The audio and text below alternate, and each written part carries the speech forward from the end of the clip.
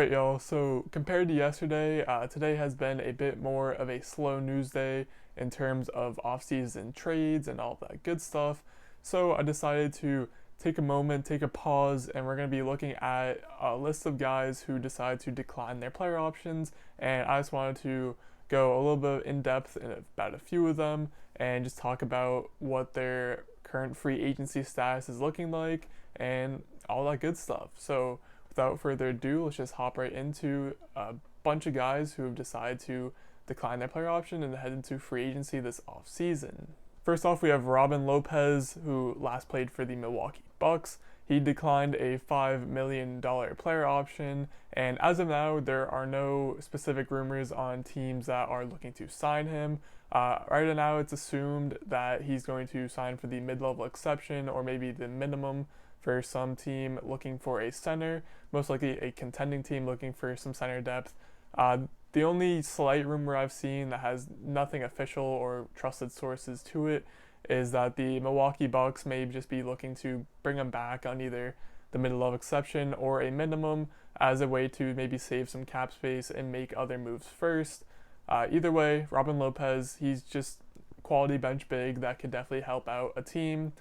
He's a pretty good rim protector, can stretch the floor, although you don't really want him shooting threes. He is capable of hitting them. Played a good role for the Bucks last year, and again, he'll just be a good bench add for any team that gets him. Next up, recent champion Kentavious Caldwell-Pope decided to decline his $8 million player option, and don't get too alarmed if you're a Lakers fan. Reports are saying that KCP is probably not heading anywhere else. He is simply just looking for some more money as he has taken some pay cuts over the last couple of years in order to stay with the Lakers. Now that he has performed and shown that he is a capable player, obviously he can play on a championship team. He was just arguably the third best player behind LeBron and AD. So now he's asking for his money from the LA Lakers. I assume they're going to give it to him. I don't really have an exact number right now, but I would assume it's somewhere in the low teens, anywhere in that 10 to 15 mil range. So good for KCP. He's getting his money now that he has won. Sticking with the LA Lakers, Rondo was due a little over $1 million for this upcoming season. He has also opted out, and unlike KCP, Rondo is looking towards other teams and will probably not be returning to the Los Angeles Lakers. As of now, reports are saying that it is most likely a two-team race in order to sign Rondo to some sort of a backup point guard / mentor role. First off, we have the Atlanta Hawks, who are rumored to be looking to give him a 2-year, $15 million contract. That obviously he'll just be there to be the backup point guard to Trae Young. Take some ball handling and shot creating responsibilities from Trae Young. As if we look back at this last season for the Hawks, Trae was really the only one who was able to create for his teammates and get open looks, and it'll just be a big help for him to not have to do that for 40 minutes a night. So Rondo will be a good help there. But the Clippers are also very interested in Rondo, and as of now, Rondo's camp has said that he is more likely to sign on with the LA Clippers. I personally don't believe this rumor as much. I personally just don't see Rondo switching over from the Lakers to the Clippers. I don't know. The Lakers just seemed like they didn't necessarily make fun of the Clippers after their debacle in the playoffs, but I just don't see how a Lakers player could go play for the Clippers 1 year removed from whatever this last season was between those two teams. That's just my take. Maybe Rondo does sign. If he does go to the Clippers, it'll probably be on the mid-level exception. And so yeah, that's that. Rondo, either Hawks or Clippers, so be on the lookout for that. And why not? Let's throw another Laker into the mix. We're going to be talking about Avery Bradley. As of now, the only report I've seen was from a untrusted source that says that Bradley is looking for a long-term deal with the Lakers. I know that there have been other rumors from more trusted sources that are saying that teams like Golden State, Milwaukee, other teams that are contenders are looking to sign Bradley away from the Lakers. He declined a $5 million option for this season, so he's probably looking for a bit more money than that. Maybe he gets somewhere in that $7 to $10 million range for 2 to 4 years. I don't really know. Avery Bradley is still one of the top perimeter defenders in the league, so whatever team gets him, it'll be a good addition.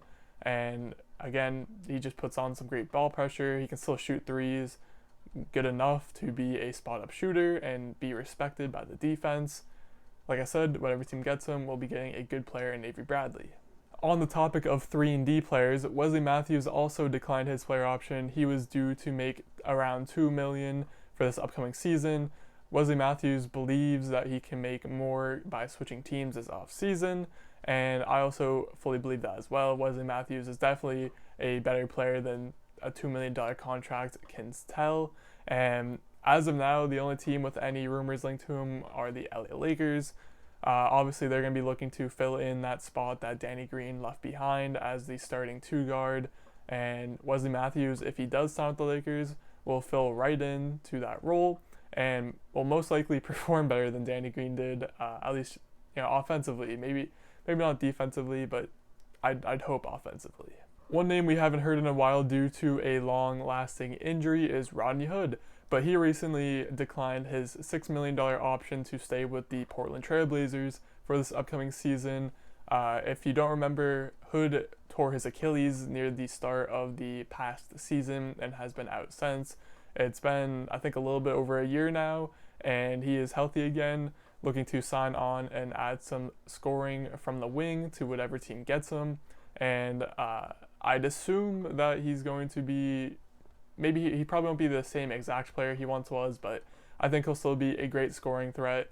Maybe not the best defensively, but he's coming back from the same injury that we're seeing KD progress back from, and all reports are saying that KD is looking like the same KD, so I'd assume that Hood is looking like somewhat of the same Hood, and as I said, he'll just be a good scoring addition to whatever team signs him. Now, as we get into some of the bigger names who declined, we're going to be looking at Jeremy Grant, who declined a $9 million option from the Denver Nuggets, and he will be pursuing another team in free agency. As of now, I'm yet to see any trusted rumors or sources saying or linking any teams to Jeremy Grant, but we do know that there will be a lot of teams in contention for him as he just put up a great display in the playoffs for the Denver Nuggets. Even just thinking back to the Western Conference Finals, there were a few games where, especially the one where the Nuggets were able to win, Jeremy Grant played a very big role in that. He played some stellar defense on LeBron and AD, at least the best anyone could, and he was also playing well above his usual offensively in that series as well. So again, it was just a great showcase for some teams around the league to see what Jeremy Grant's all about. He's proven that he can do it at the highest stage, at least as high as he's gone in the Western Conference Finals, and he's all set to get a big payday, so it'll be interesting to see what teams over the next couple of days start getting linked to Jeremy Grant. And then probably the biggest name on this list is Anthony Davis, as some news came out that he is declining his $27 million option with the Lakers for this upcoming season. But again, Lakers fans, don't fret. This really isn't even big news. Anthony Davis is probably like 99% going to stay with the Los Angeles Lakers. He is simply just looking for a little bit more money, which, can't hate on him for it. He is definitely worth more than $27 million in this upcoming season, especially with some guys that we see making into the 40s. Not going to name any names, but I'd rather have Anthony Davis than a lot of them at this point in his career. So yeah, fully expect the Lakers to drop a 4-year, just absolute bag of a deal for Anthony Davis to stay, and he's looking like he's going to be primed to be the face of the franchise. Maybe not yet, but once LeBron officially hands over the reins, expect Anthony Davis to be Mr. Laker himself. And then the last player I want to talk about, he wasn't necessarily a declined player option, but I wanted to throw him on here because I just really want to talk about him. But anyway, the Chicago Bulls decided that they're not going to send a qualifying offer to Chris Dunn, meaning that he is now an unrestricted free agent. Chris Dunn is only 26. He's already proven to be one of the best guard defenders in the entire NBA. A lot of people might not know about him because he's been hidden away on the Bulls for, I think, his entire career so far, if not most of his career. I didn't really fact check that part. I don't know why I'm sounding like this. I'm pretty sure he played for the Bulls his entire career. Anyway, Chris Dunn, absolute menace on the defensive end. I'm really hoping that a contender like maybe the Clippers go after him. There's no teams linked to him yet in terms of rumors, but like I said, Chris Dunn, absolutely amazing defender. Still has to work on his outside shooting and just offensive game in general. But whatever team signs him, he's still very young, in his prime, and he could, like I said, he could just be an absolute menace on the defensive end. Honestly, he's probably one of the. I'd even go as far to say he's a top 3 guard defender in the entire league. He is that good, and yeah, whatever team gets him, I feel like it's gonna be an absolute steal. He could he could end up being one of the most underrated free agency signings of this offseason. So definitely be on the lookout for Chris Dunn and his whereabouts once the season starts. And that'll do it for this video. Wrapping up, there were maybe a few other players that I might have missed out on. Maybe they just haven't picked yet. Gordon Hayward. But other than that, I think I pretty much got all the bigger name guys who decide to decline.